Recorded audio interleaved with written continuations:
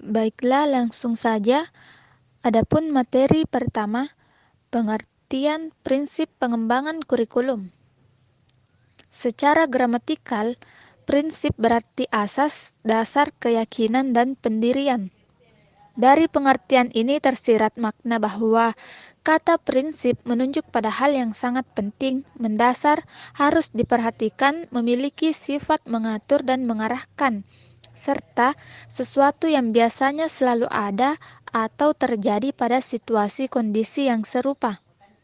Pengertian dan makna prinsip ini menunjukkan bahwa prinsip itu memiliki fungsi yang sangat penting dalam kaitannya dengan keberadaan sesuatu. Melalui pemahaman suatu prinsip, orang bisa menjadikan sesuatu itu lebih efektif dan efisien. Prinsip juga mencerminkan hakikat yang dikandung oleh sesuatu, baik dalam dimensi proses maupun dimensi hasil, dan bersifat memberikan rambu-rambu atau aturan main yang harus diikuti untuk mencapai tujuan secara benar. Jadi, bisa disimpulkan bahwa prinsip pengembangan kurikulum adalah suatu dasar yang mengatur sebuah proses pembelajaran yang dapat memberikan kondisi belajar yang lebih efektif dan efisien. Adapun materi yang kedua, prinsip-prinsip yang terdapat dalam pengembangan kurikulum. Macam-macam prinsip pengembangan kurikulum, terdapat banyak prinsip yang mungkin digunakan dalam pengembangan kurikulum. Adapun macam-macam prinsip ini bisa dibedakan dalam dua kategori, yaitu prinsip umum dan prinsip khusus. Adapun yang pertama, prinsip umum, meliputi prinsip relevansi. Mengandung makna bahwa kompetensi yang dimiliki siswa harus relevan dan sesuai kebutuhan di masyarakat. Prinsip fleksibel mengandung makna bahwa setiap kurikulum hendaknya bersifat fleksibel atau lentur, terutama yang berkaitan dengan implementasinya. Kurikulum dikembangkan sesuai dengan kebutuhan dan jati diri program studi yang ada. Prinsip kontinuitas mengandung makna bahwa adanya proses pengembangan komponen-komponen kurikulum secara berkesinambungan. Harus ada ketuntasan dalam penguasaan sesuatu kompetensi. Jika putus-putus, maka dikhawatirkan makna ketuntasan tersebut susah diperoleh. Prinsip kepraktisan mengandung makna bahwa akan seberapa baiknya kurikulum jika tidak dapat dilaksanakan oleh pelaksanaan lapangan, maka sudah dapat ditebak pula apa hasil yang akan dicapai. Prinsip efektivitas mengandung makna bahwa prinsip yang dilaksanakan harus mampu menghasilkan atau menyiapkan lulusan yang memenuhi harapan masyarakat penggunaannya. Adapun prinsip khusus, yang pertama, prinsip yang berkaitan dengan tujuan pendidikan, bahwa pembentukan kurikulum harus berdasarkan pada tujuan pendidikan, baik dalam jangka pendek, menengah maupun panjang, dan tujuan tersebut harus bersumber pada kebijakan pemerintah, tuntutan dari masyarakat, pandangan para ahli pendidikan, hasil riset maupun pengalaman dari negara lain. Yang kedua, prinsip yang berkaitan dengan isi pendidikan.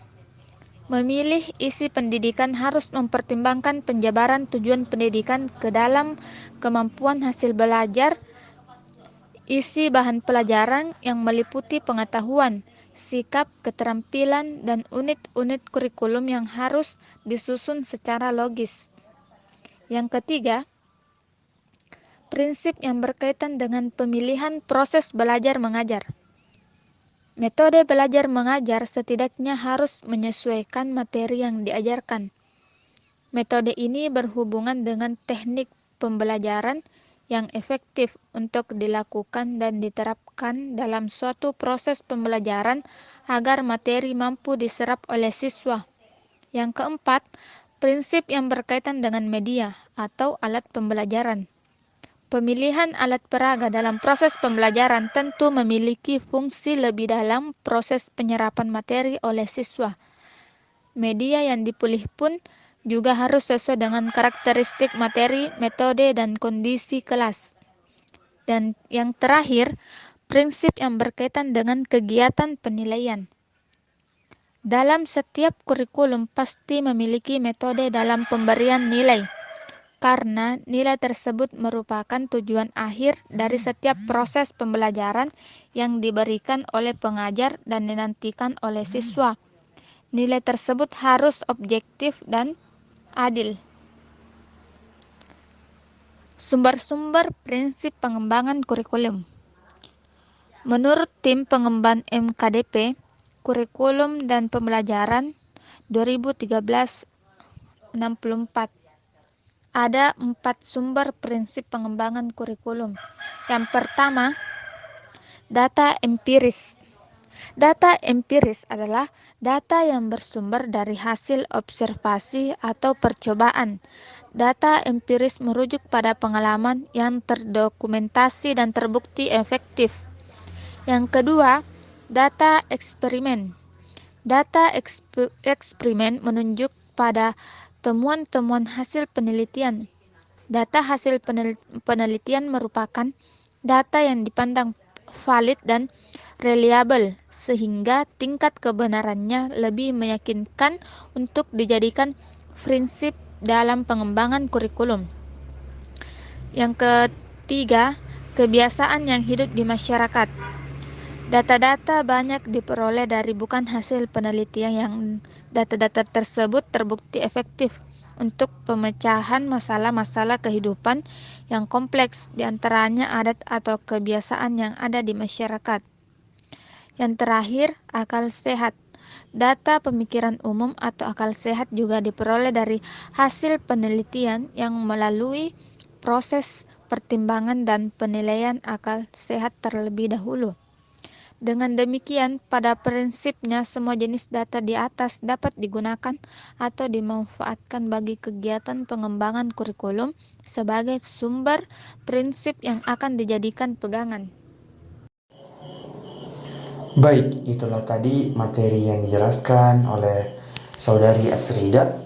Baik, saya akan melanjutkan materi tadi mengenai pengembangan kurikulum. Baik, selanjutnya kita masuk kepada materi faktor-faktor yang mempengaruhi pengembangan kurikulum.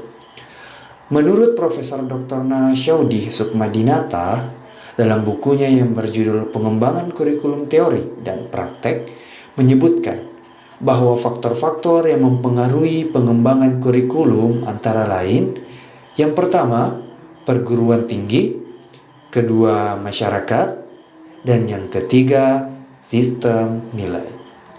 Berdasarkan analisis dan sumber, bukan hanya 3 yang dikemukakan oleh Sukmadinata pada tahun 2006, yang merupakan faktor-faktor yang perlu dipertimbangkan dalam pengembangan kurikulum.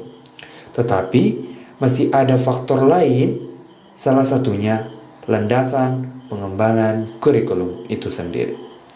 Dan faktor-faktor itu diantaranya, yang pertama yaitu filosofis, kedua psikologis, ketiga sosial budaya, yang keempat politik, dan yang kelima pembangunan negara dan perkembangan. Selanjutnya yaitu hambatan-hambatan pengembangan kurikulum. Baik, dalam pengembangan kurikulum terdapat beberapa hambatan. Hambatan pertama terletak pada guru. Guru kurang berpartisipasi dalam pengembangan kurikulum. Hal itu disebabkan oleh beberapa hal.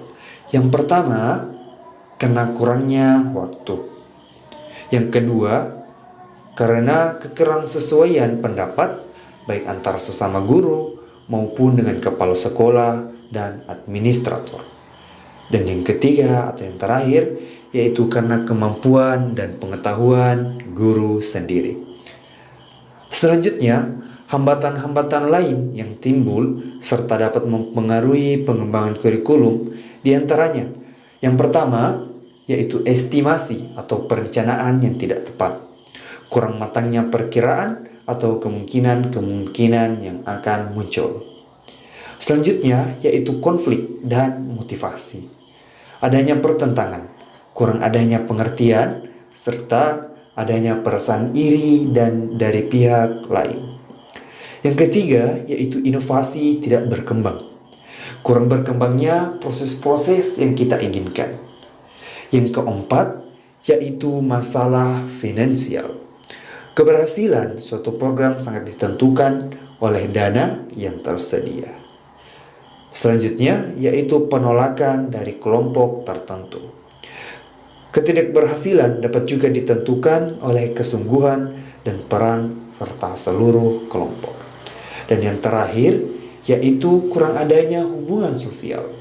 Hubungan sosial yang baik antara berbagai pihak, khususnya antara anggota tim. Baik, selanjutnya pembahasan yang terakhir yaitu mengenai langkah-langkah pengembangan kurikulum. Baik, kita masuk kepada yang pertama, yaitu perumusan tujuan. Baik, dalam merumuskan suatu pengembangan kurikulum tentunya kita harus menentukan tujuan. Tujuan apa yang kita ingin capai dalam pengembangan kurikulum tersebut. Selanjutnya, yang kedua, yaitu menentukan isi, pembahasan. Apa-apa saja yang kita ingin bahas dalam pengembangan kurikulum tersebut. Selanjutnya yang ketiga yaitu memilih kegiatan. Kegiatan apa yang ingin kita laksanakan, kita masukkan ke dalam pengembangan kurikulum ini. Kegiatan apa nantinya akan kita implementasikan ke dalam pengembangan kurikulum ini. Selanjutnya yang terakhir yaitu merumuskan evaluasi. Nah, pada tahap terakhir ini sangat penting karena dari pengembangan kurikulum yang telah kita buat tentunya ada kesalahan-kesalahan yang terjadi nantinya. Nah, pada tahap terakhir ini, langkah terakhir ini, kita disuruh untuk merumuskan evaluasi. Apa-apa yang kurang dari pengembangan kurikulum kita evaluasi, kita cari jalan keluarnya. Kemudian sebagai bahan evaluasi nantinya untuk pengembangan kurikulum lainnya. Mungkin itu sekian dari saya. Wassalamualaikum warahmatullahi wabarakatuh.